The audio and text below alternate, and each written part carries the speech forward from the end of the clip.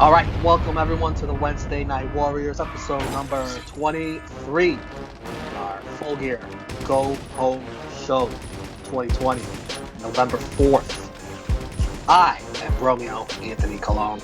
I am joined as always by my co-host Chris G. How you doing, Chris?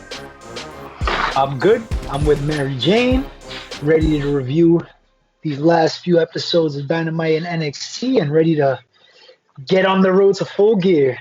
Let's do this. Before we do that, friendly reminder, everyone, if you're watching this, please thumbs up this video. We go over both shows. All we ask from you is just a measly little click of a button, just the like button, that's all. But hey, if you're really feeling froggy, leave a comment too. Let us know what you thought of the show. We'll read your comments on the show. Subscribe if it's your first time here. You're not subscribed before.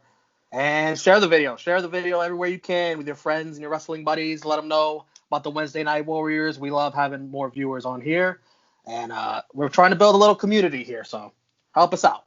Now, last week I have some good news. Someone broke the tie in the poll on Facebook True Heels group page. NXT wins 16-15. Someone voted. I don't know. So it's 15-6-1. We just got one tie. We don't. I hate ties. And some comments on the poll. I want to read them out. This one from our good buddy Marcus Cash on the True Heel Heat YouTube channel. He said, "This fucking mess," and it was a picture of Shotzi Blackheart, is on the show and repeatedly since featured. Not to mention whatever the fuck that was with Dexter and Grimes, and Havoc got double-digit votes. Oof. Also, Unique Esau left us a comment. He said the ending of NXT was epic between the two ladies. Yes, it was. Candice and... Wait, who's Io? Yeah, Candice and Io. We got a subscriber spotlight. Some YouTube comments that were left for us. If you don't mind, I'll read some real quick. Pilu101 said to watch Lee Johnson's match against Ben Carter on Dark, and you'll see he's got potential. Thank you for the info, Pilu. Kid Get Money said, "Happy Halloween, True Heel Nation." He said his MVP was Drake Maverick, very funny, and his jabroni of the night was also Drake Maverick for being in the middle of a Yeti giant sandwich. I can't argue with that. Kid Get Money. And Kayfabe Tactics said, "Thank you for keeping me up to date with the Wednesday Night Wars. This is the only place I keep up with WWE and AEW." Thank you, Kayfabe Tactics, for watching the Wednesday Night Warriors. That's why we're here to keep you informed. All right, on to these shows. November 4th. NXT started with Dakota Kai and Ember Moon one-on-one. Raquel ends up distracting the ref, and Ember allowing Dakota to get the jump with a kick to the face and her finisher for the win, dirty finish. I want to say that Dakota, I think, is enhanced by Raquel's performance from last week. Their act means more now, seeing how much of a badass Raquel was. And Ember Moon, I thought, was great here.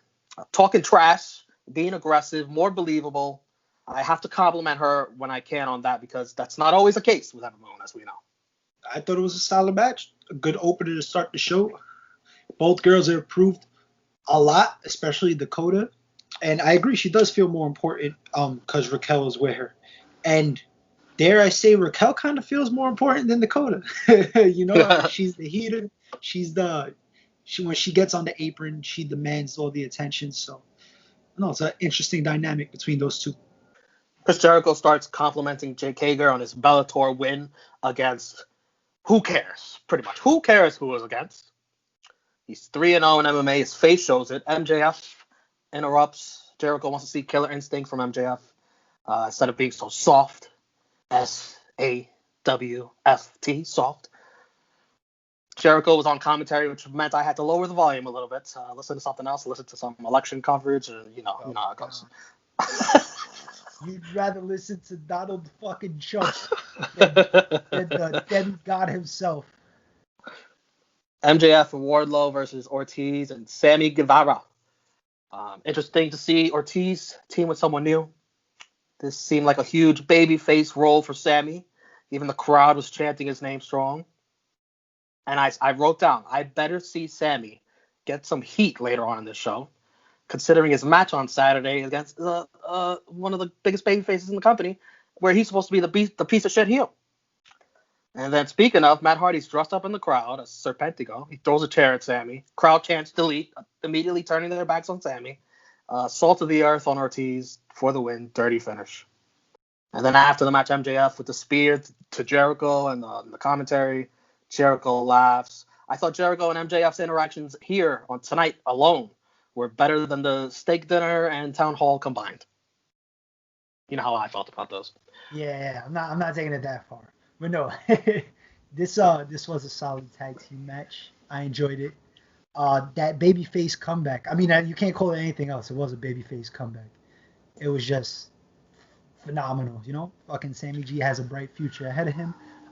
No spoilers, but I think one of the matches that we'll preview later for Full Gear might have an effect on how Sammy is perceived in the future. Cameron Grimes versus Kashida. Before the match, Cameron I thought was hilarious backstage. Still spooked out from shit. Especially seeing that zombie ref again. Ref bump in this match. Grimes accidentally bumps into him.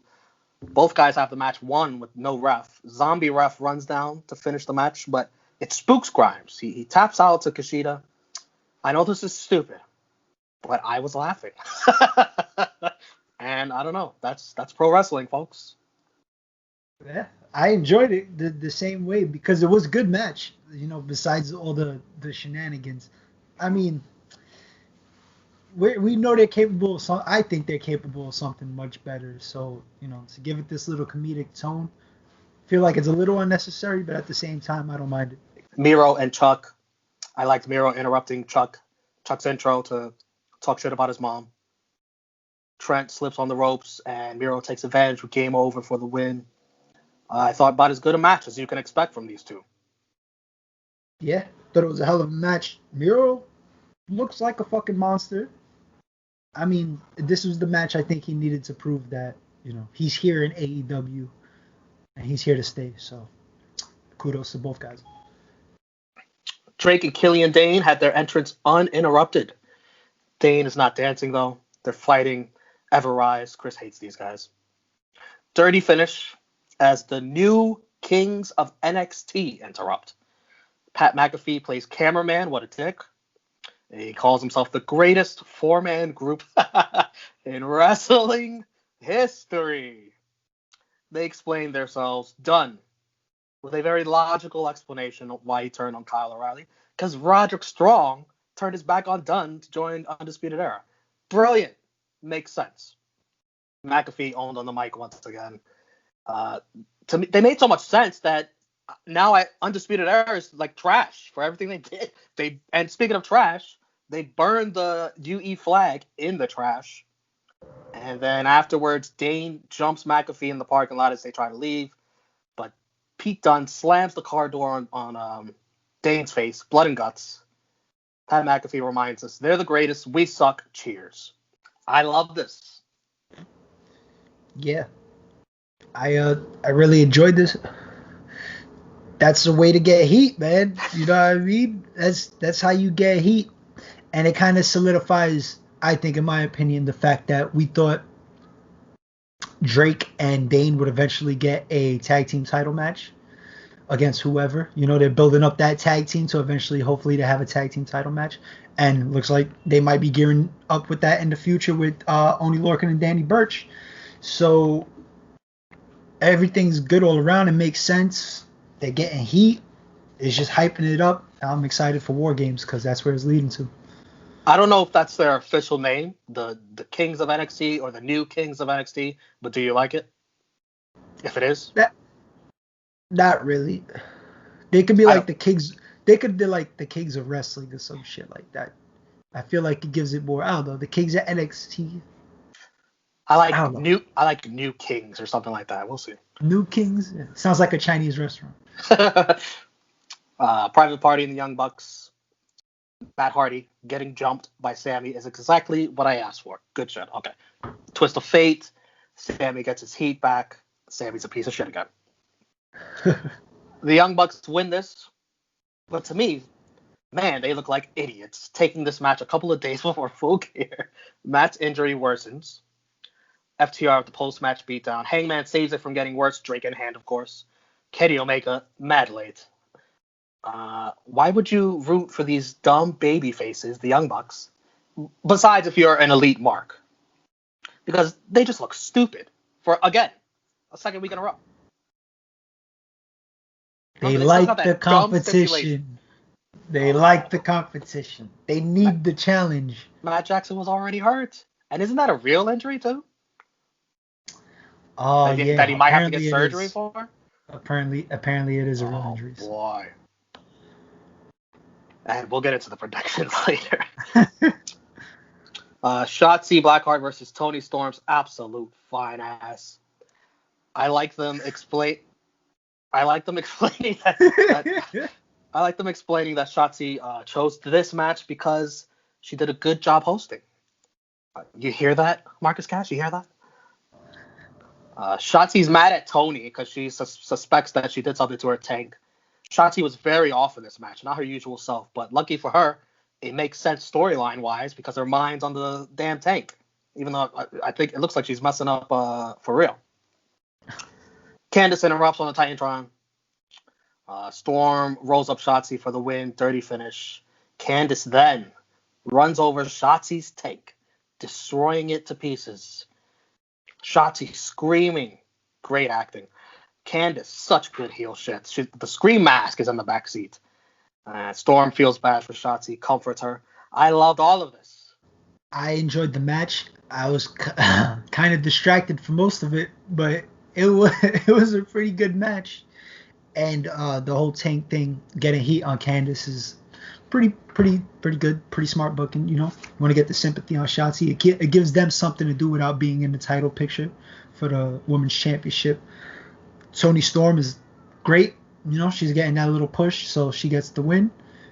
They still keep Shotzi strong. Yeah, definitely. You got me questioning if that was a worked botch, one of the spots that she did, because damn, I thought I had material for joints and jabronis, but now I might have to take it off because it might have been worked. Fuck it, it still makes the cut. It makes the cut. Put an asterisk. But I like it. Oh, we should mention that we've seen a segment before with Johnny Gargano playing he was playing some board game, and he was playing with the Scream Mask. So I'm under the assumption that the Scream Mask, when he chills with Johnny Gargano, is David Arquette still.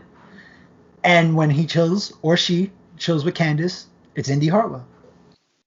I completely am okay with both of those theories. I'm keeping my options open until I get proof. Keeping my options open. John Moxley and Eddie Kingston, their promo, uncomfortably close, a little too close for my comfort. But man, did they get personal? Again, we're bringing up mothers. This made the title seem very, very important to Eddie Kingston and his livelihood. And Saturday night, Full Gear, should be absolutely brutal for these two. I'm expecting an absolute blood and guts bath, but we'll talk more about that later. What do you think about this segment, this promo? The segment was great, and I like the fact that Eddie Kingston didn't even really say much, but what he did say has impact. You're going to have to kill me to win this match. And his facials. Oh, of course. His body language. Facials are always there. Everything. Mox with the heat, bringing up real shit, bringing up the passion, bringing up his passion. Just, damn, man, I'm excited. I can't wait.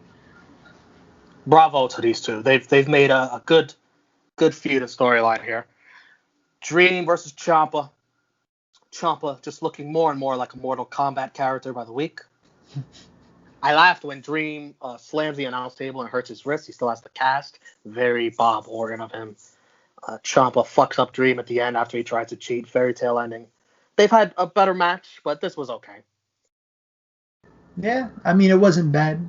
The whole casting coming out looking like Hollywood.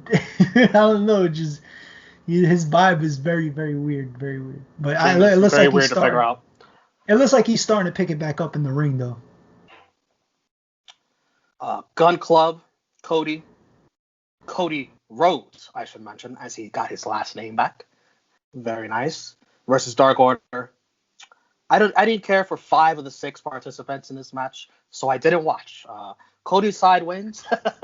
Cody cuts a promo after on Darby, pretty good. But this should not have closed the show. You saw this? Anything you want to add that I missed out on? I mean, the match wasn't nothing crazy. It was more of a spotlight on I think Austin Gunn. I got a little rub from it. There's a few guys from the Dark Order. Pretty much nothing crazy. The promo was cool. I don't know if you've seen the segment with Darby where, he has another vignette. It's black and white.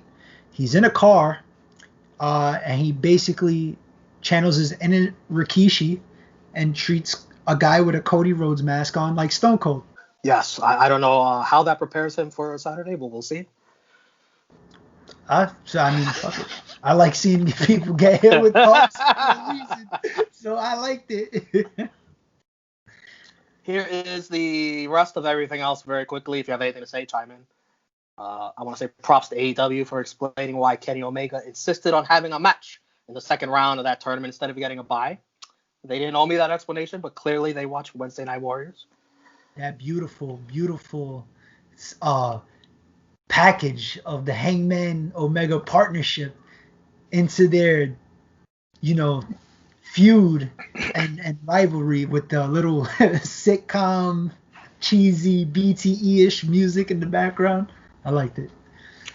Yeah, I thought it was okay. I hope they play it again on Saturday. They probably will. EO says Rhea Ripley is the one challenge she still has to face, and she's not afraid of nightmares. We're heading towards this. Can't wait. The pack video. The pack video package. See what I did there? He seems a little off his rocker. Quarantine has hit him hard. I hope he gets well soon.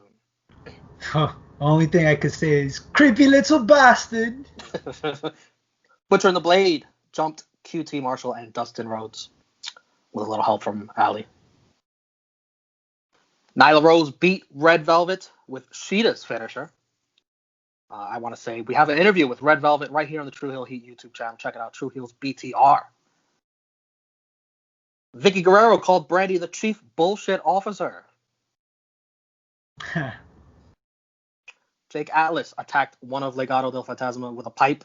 That NXT parking lot is one of the most dangerous places on earth. Team Taz will have their presence made at Full Gear. That's what Taz promised. They had the Thatch Ass, Thatch Can. He submits T-Pain. And then the student from last week attacks him. His name is Austin Gray. We'll see more of him, I guess. Xia Li tells Mackenzie to mind her damn business about the letter she's receiving from Boa. And she asks William Regal for a match against Raquel. Good luck with that. All right. Ratings. AEW down 8%, 717,000 viewers. NXT down 30%, 610,000 viewers. AEW wins. That's 1 week in a row for AEW. They are up 45 to 11 to 1 in the ratings war.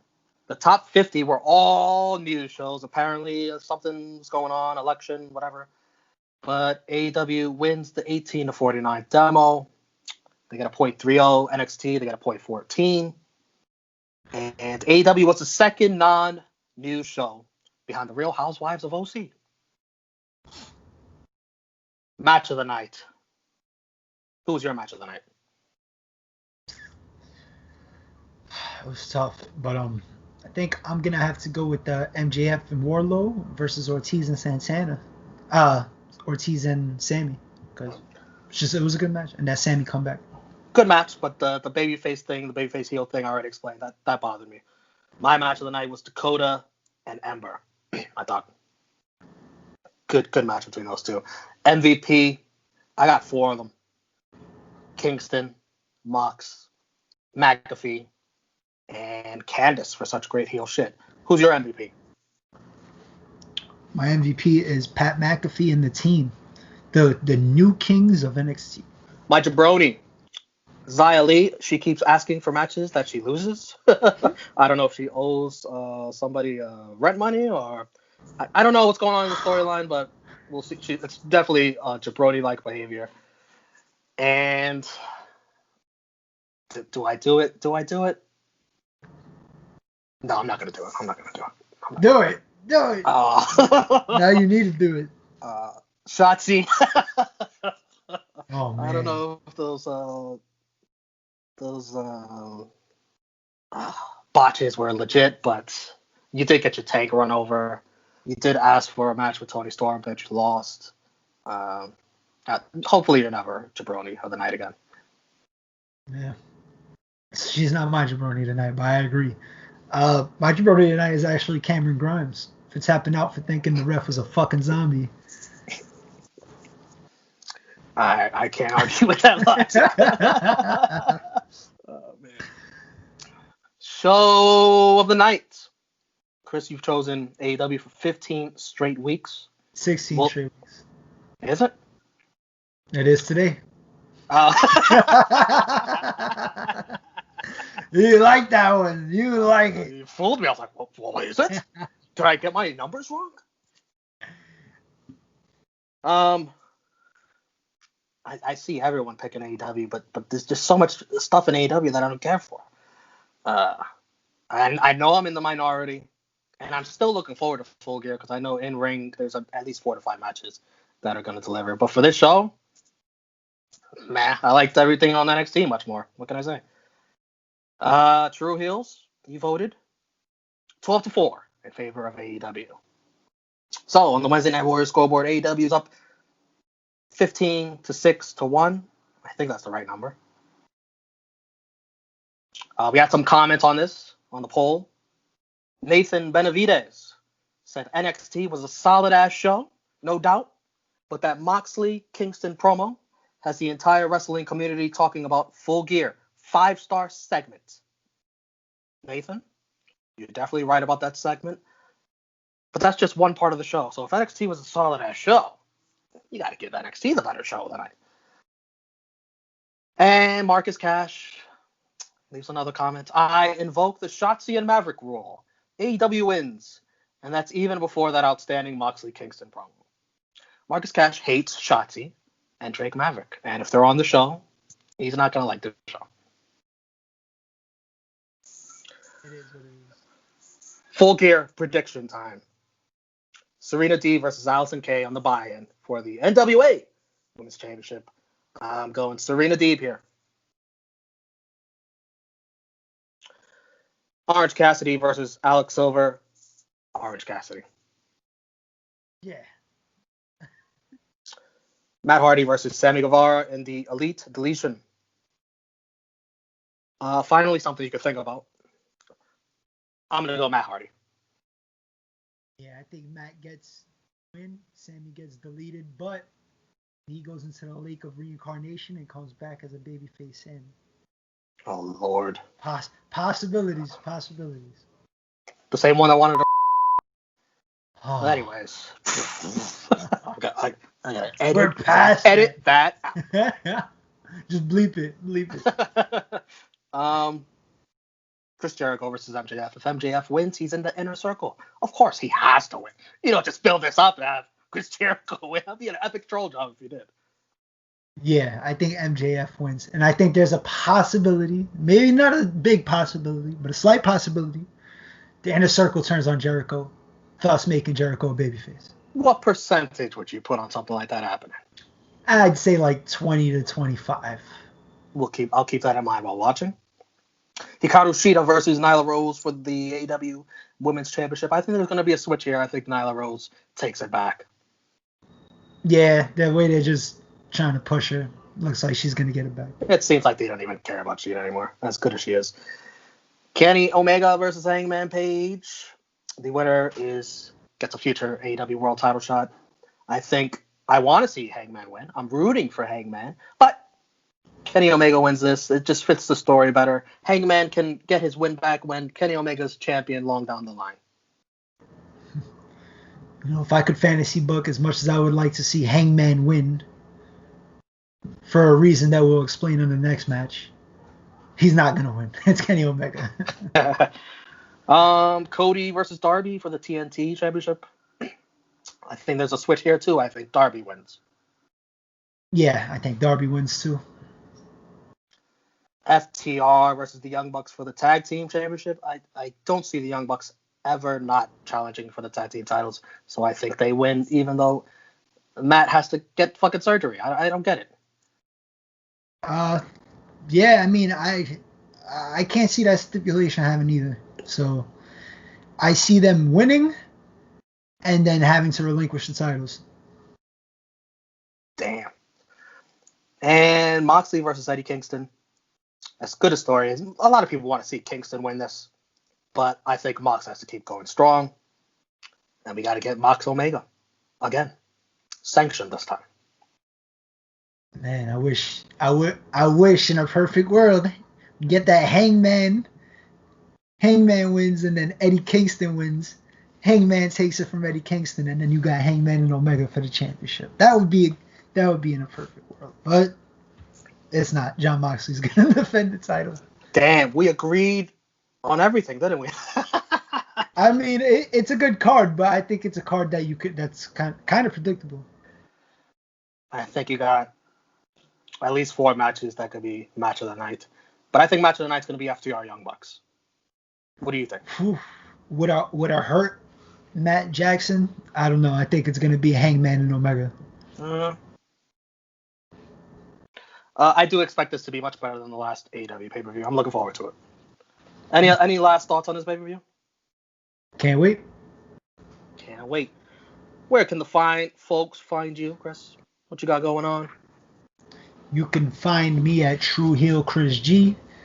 You can see me on Joints and Jabronis, which we just dropped an episode. And you could also see me on the New Japan Power Struggle Roundtable that should be dropping soon. And you can find me, the Pride of NY, Twitter and Instagram. True Rewind every Monday or Tuesday here on the True Heel Heat YouTube channel. And yeah, leave a comment. Let us know what you think. Give us your Full Gear predictions. Well, give us your Full Gear review.